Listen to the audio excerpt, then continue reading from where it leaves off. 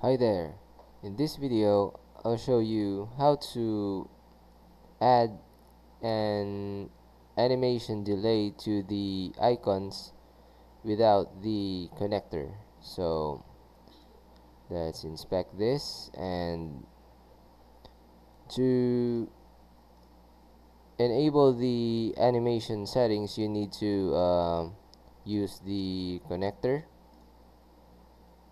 So here's the animation settings. So you might not want to display the connector.